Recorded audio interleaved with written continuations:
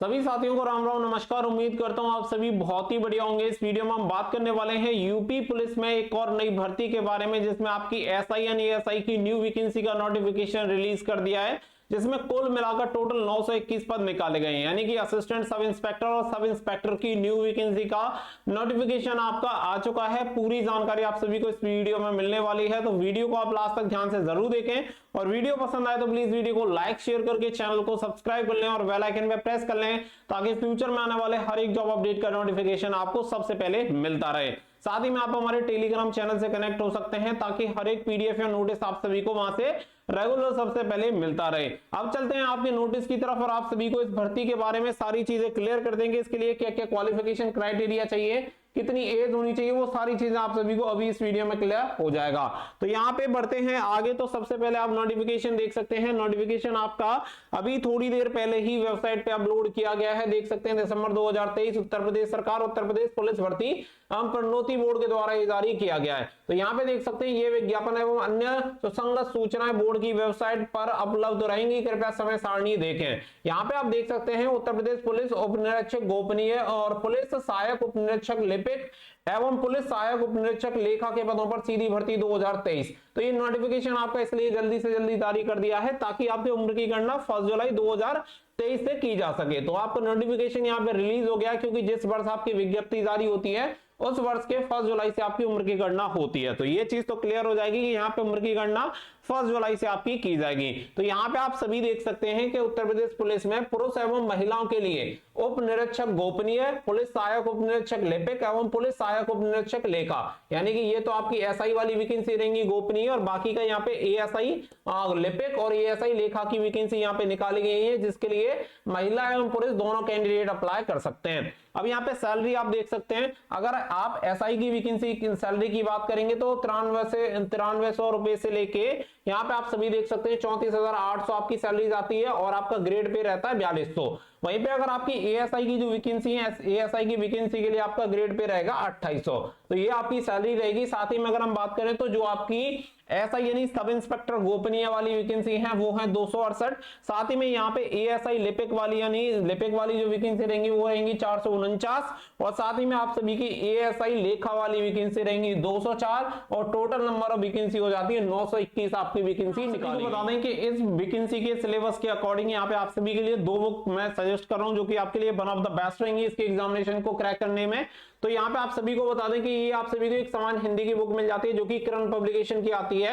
ये objective type book है, लेकिन इसमें 5600 प्लस आपको ऑब्जेक्टिव टाइप क्वेश्चन मिल जाएंगे विद डिटेल सॉल्यूशन। और आप सभी को बता दें कि जो भी प्रीवियस ईयर एग्जामिनेशन में क्वेश्चन पूछे गए हैं उन सभी क्वेश्चंस को यहाँ पे ऐड किया गया है। तो हिंदी में आपको काफी ज्यादा हेल्प इस बुक से मिल जाएगी, और हिंदी का आपका ऑलमोस्ट इससे कवर हो जाएगा। इसके अलावा सामान्य ज्ञान का आपका सब टॉपिक रहने वाला है, जिसके 50 क्वेश्चन होंगे, 100 मार्क्स आपको मिलेंगे। तो इसके लिए यहाँ पे किरण पब्लिकेशन की सामान्य ज्ञान की बुक आप सभी को मिल जाती है, और 1 लाइनर अप्रोच है। साथ ही में एनसीईआरटी के नवीनतम पैटर्न पे आधारित है। सभी सब्जेक्ट आप सभी को इसमें देखने के लिए मिल जाएंगे, हर एक टॉपिक आप सभी का दिया गया है। साथ ही में आप सभी को बता दें कि इस वाली वैकेंसी में आपका कंप्यूटर नॉलेज भी अलग से आती है। तो यहाँ पे कंप्यूटर नॉलेज भी आप सभी को इसमें दिया गया है, कंप्यूटर ज्ञान आप सभी को पूरा मिल जाएगा।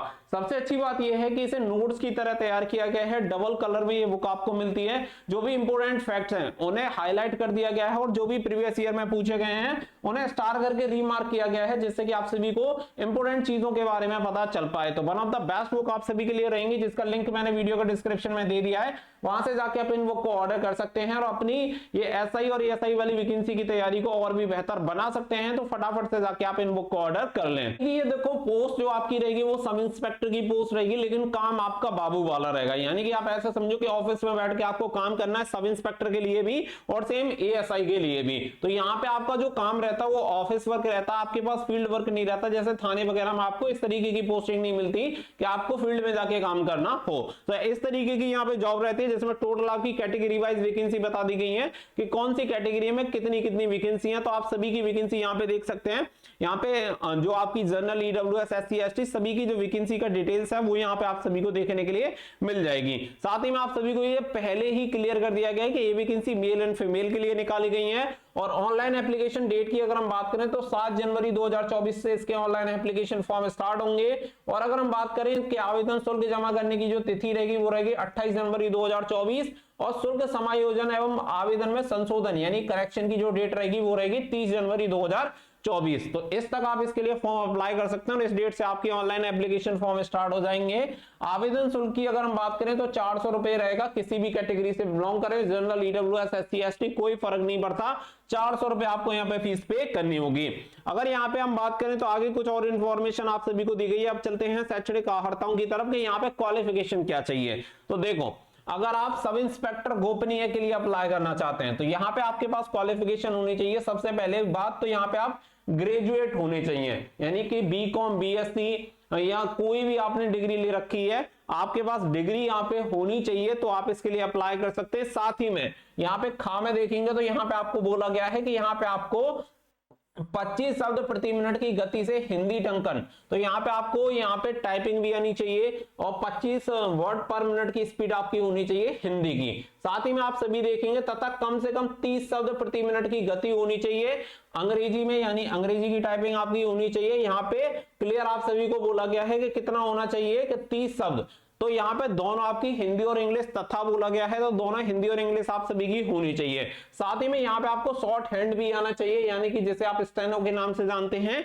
स्टेनो भी आपको आना चाहिए। और साथ ही में आपके पास ओ लेवल का यहाँ पे सर्टिफिकेट होना चाहिए या इसके समकक्ष अगर आपके पास कोई भी सर्टिफिकेट या कोई डिग्री, डिप्लोमा है तो वो आपका एक्सेप्टेबल हो जाएगा। तो ये एसआई गोपनीय के लिए हो गया। इसके अलावा अगर आप एएसआई लिपिक के लिए अप्लाई करना चाहते हैं तो एएसआई लिपिक के लिए पहली कंडीशन है कि आप ग्रेजुएट हो, दूसरी कंडीशन है कि आपकी यहाँ पे हिंदी की स्पीड 25 वर्ड पर मिनट होनी चाहिए, इंग्लिश की स्पीड होनी चाहिए 30 वर्ड पर मिनट, साथ ही में आप सभी के पास ओ लेवल का सर्टिफिकेट होना चाहिए तो आप इसके लिए अप्लाई कर सकते हैं। यानी कि यहाँ पे सिर्फ एक क्वालिफिकेशन से आप बच जाते हैं। वो कौन सी है? वो है आपकी शॉर्ट हैंड। तो इसके लिए आपको शॉर्ट हैंड की जरूरत नहीं है, केवल आपको टाइपिंग यहाँ पे आती हो, हिंदी इंग्लिश में ग्रेजुएशन आपने कर रखा है और ओ लेवल का सर्टिफिकेट आपके पास होना चाहिए। इसके लिए अगर हम बात करें इसके अलावा जो एएसआई लेखा वाली वैकेंसी है, इसके लिए भारत सरकार में विधि द्वारा स्थापित विश्वविद्यालय से वाणिज्य में स्नातक आपका होना चाहिए, यानी कॉमर्स स्ट्रीम में अगर आपने कर रखा है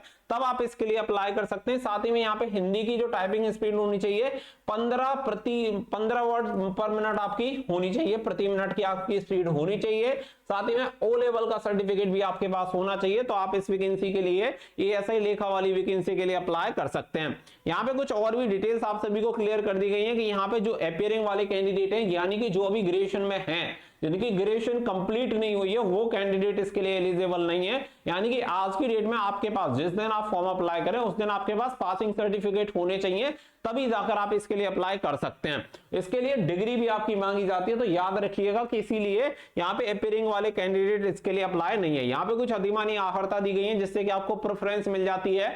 अगर हम बात करें यहाँ पे एज लिमिट के बारे में तो देखिए 1/7/2023 से आपकी उम्र की गणना की जाएगी और यहाँ पे मिनिमम आपकी उम्र होनी चाहिए 21 साल और मैक्सिमम होनी चाहिए 28 साल। अगर 21 साल से 28 साल के बीच में अगर आपकी उम्र की सीमा है तो आप इस वैकेंसी के लिए अप्लाई कर सकते हैं जनरल और ईडब्ल्यूएस कैटेगरी में। इसके अलावा अन्य अगर आप किसी भी कैटेगरी से बिलोंग करते हैं तो यहाँ पे आपको 5 साल की उम्र सीमा में छूट मिल जाती है। यानी कि अगर आप ओबीसी, एससी, एसटी से बिलोंग करते हैं तो आप 33 साल तक इसके लिए अप्लाई कर सकते हैं और तीनों ही पोस्ट के लिए आपका सेम क्राइटेरिया रहेगा। इसके अकॉर्डिंग आप इसके लिए एलिजिबल हैं और फॉर्म अप्लाई कर सकते हैं। अब देखो बात आती है यहाँ पे सिलेक्शन प्रोसेस की, तो सिलेक्शन प्रोसेस 3 स्टेज में आपका डिवाइड होता है। सिलेक्शन आपका 3 स्टेज में आपका डिवाइड होता है। सबसे पहली स्टेज होती है रिटन एग्जामिनेशन, नंबर 2 होता है डीबीपीएसटी, नंबर 3 आप सभी का यहाँ पे होता है टाइपिंग टेस्ट। तो ये 3 स्टेज में ही आपका प्रोसेस जो होता है वो डिवाइड होता है। तो पूरा प्रोसेस मैं आपको यहाँ पे क्लियर कर देता हूँ। सबसे पहले यहाँ पे देख सकते हैं कि यहाँ पे आप सभी को लेके चलते हैं आपके टाइपिंग की रिटन एग्जामिनेशन की तरफ। तो जो आपका रिटन एग्जामिनेशन होता है इसके लिए आपको 2.5 घंटे का समय दिया जाता है। 400 400 अंकों का पेपर होता है जिसमें कुल आपसे 200 प्रश्न पूछे जाते हैं, यानी कि हर एक प्रश्न के लिए आपको कितने अंक दिए जाते हैं, यहाँ पे टोटल आपको 100 अंक दिए जाते हैं। हर एक प्रश्न के लिए 2 अंक आप सभी को मिलेंगे, यानी कि सामान्य हिंदी और कंप्यूटर ज्ञान के आपके 50 क्वेश्चन पूछे जाएंगे। साथ ही में सामान्य जानकारी समसामयिक विषय के आपके 50 क्वेश्चन पूछे जाएंगे। संख्यात्मक एवं मानसिक योग्यता के आपके 50 क्वेश्चन पूछे जाएंगे। साथ ही में मानसिक अभिरुचि परीक्षा और रीजनिंग के जो आपके क्वेश्चन होंगे वो कितने रहेंगे, 50। हर एक सेक्शन यानी बराबर बराबर अंकों का होगा। हर एक सेक्शन आपका 100 नंबर का यहाँ पे रहने वाला है, तो 400 नंबर का आपका पेपर होगा, जिसके लिए 2.5 घंटे का समय आपको दिया जाता है, जिसमें कुल आपके 200 क्वेश्चन आपसे पूछे जाते हैं। तो ये सारी चीजें आपको मिनिमम यहाँ पे मार्क्स कितने लेके आने हैं उसके बारे में भी यहाँ पे सारी चीजें क्लियर की गई हैं। साथ ही में अगर नेगेटिव मार्किंग की बात करें तो नेगेटिव मार्किंग यहाँ पे आपको देखने के लिए नहीं मिलेगा। नेगेटिव मार्किंग के बारे में कोई भी बात नहीं की गई है। अगर एक से अधिक शिफ्ट में होता है तो फिर यहाँ पे नॉर्मलाइजेशन भी होता है। इसके अलावा यहाँ पे जब आप इसे क्वालिफाई कर जाते हैं तो क्वालिफाई करने के बाद डीबीपीएसटी के लिए आप सभी को बुलाया जाता है, जिसमें सबसे पहले होता है अभिलेखों की समीक्षा यानी कि डॉक्यूमेंट वेरिफिकेशन।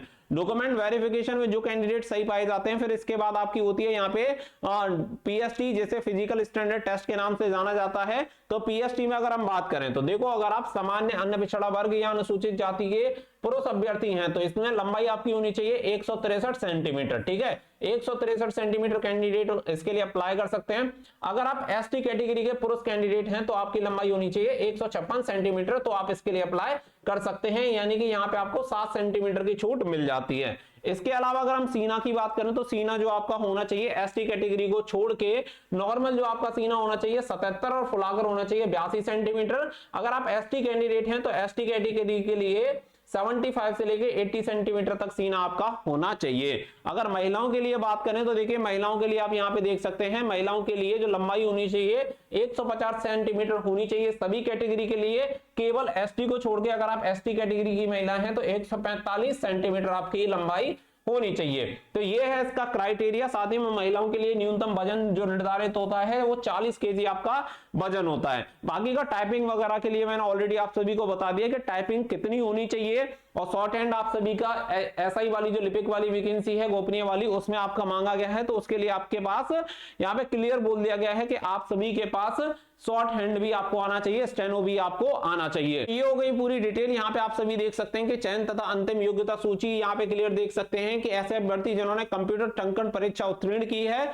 और ऐसे अभ्यर्थी जिन्होंने उपनिरीक्षक गोपनीय के पद हेतु आवेदन किया और आशुलिपिक परीक्षा भी उत्तीर्ण की है, उनके द्वारा लिखित परीक्षा में प्राप्त कुल प्रसामान्यीकरण अंकों के श्रेष्ठता क्रम एवं उनके आवेदन पत्र में अंकित वरीयता के क्रम के आधार पर प्रत्येक पद के लिए आरक्षण नीति के दृष्टिगत आपकी जो मेरिट लिस्ट होगी वो यहाँ पे जारी की जाएगी। तो वो सारी चीजें आप सभी को बता दी गई है। वैकेंसी बहुत ही बढ़िया होती है। इसके बाद जब आपकी फाइनल मेरिट लिस्ट आ जाती है तो सबसे लास्ट में आपका होता है मेडिकल टेस्ट। तो ये पूरा प्रोसेस है। आई होप आप सभी को सारी चीजें क्लियर हो गई होंगी। तो आप ऑफिशियल वेबसाइट पे जाके भी इसका नोटिफिकेशन देख सकते हैं या फिर टेलीग्राम पे आप सभी को इसका लिंक मिल जाएगा, वहां से जाके आप पूरे जो नोटिफिकेशन है इसे डाउनलोड कर सकते हैं। तो वीडियो पसंद आई हो तो वीडियो को लाइक शेयर करके चैनल को सब्सक्राइब कर लें और बेल आइकन पे प्रेस कर लें ताकि फ्यूचर में आने वाली हर एक अपडेट का नोटिफिकेशन आपको सबसे पहले मिलता रहे। मिलेंगे नेक्स्ट वीडियो में। तो थैंक यू फॉर वॉचिंग। जय हिंद, जय भारत।